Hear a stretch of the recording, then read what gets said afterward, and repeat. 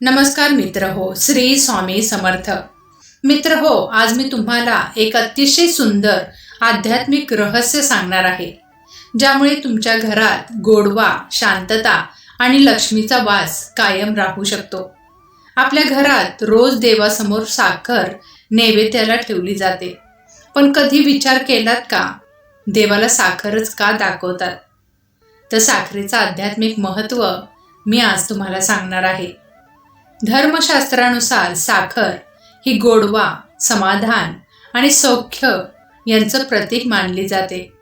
देवासमोर साखर ठेवणे म्हणजे देवा, आमच्या घरात कटुता नको, गोडवा राहू दे, अशी प्रार्थना।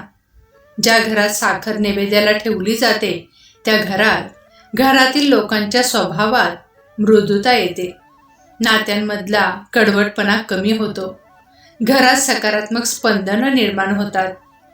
पण इथेच लोक चूक करतात। फक्त साखर ठेवली आणि उठलो असं केल्याने नैवेद्य पूर्ण होत नाही।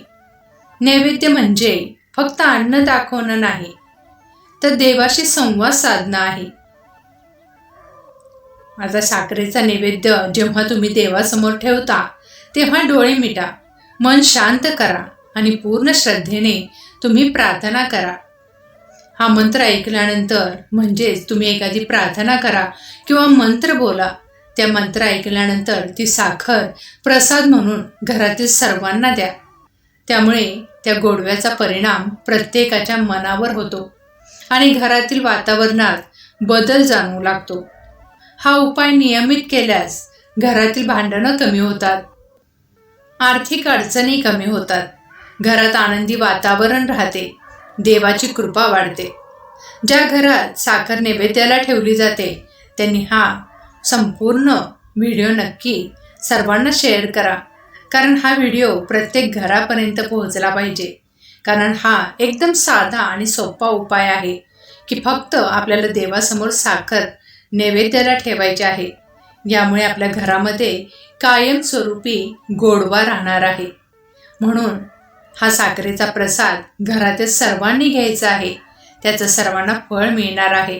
तुम्ही कोणताही मंत्र जरी ऐकत असाल किंवा प्रार्थना करत असाल तर त्यावेळेला तुम्ही सर्वात पहिला देवासमोर साखर किंवा गोड नैवेद्य ठेवायचा आहे आणि ही साखर तुम्हाला घरातल्या प्रत्येकाला वाटायची आहे।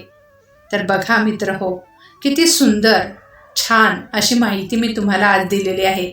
ही माहिती तुम्हाला आवडली असेल तर कमेंटमध्ये श्री स्वामी समर्थ नक्की लिहा, व्हिडिओला लाईक करा आणि तुम्ही जर आपल्या चॅनलवरती नवीन असाल तर नक्कीच आपल्या चॅनलला सबस्क्राईब करा।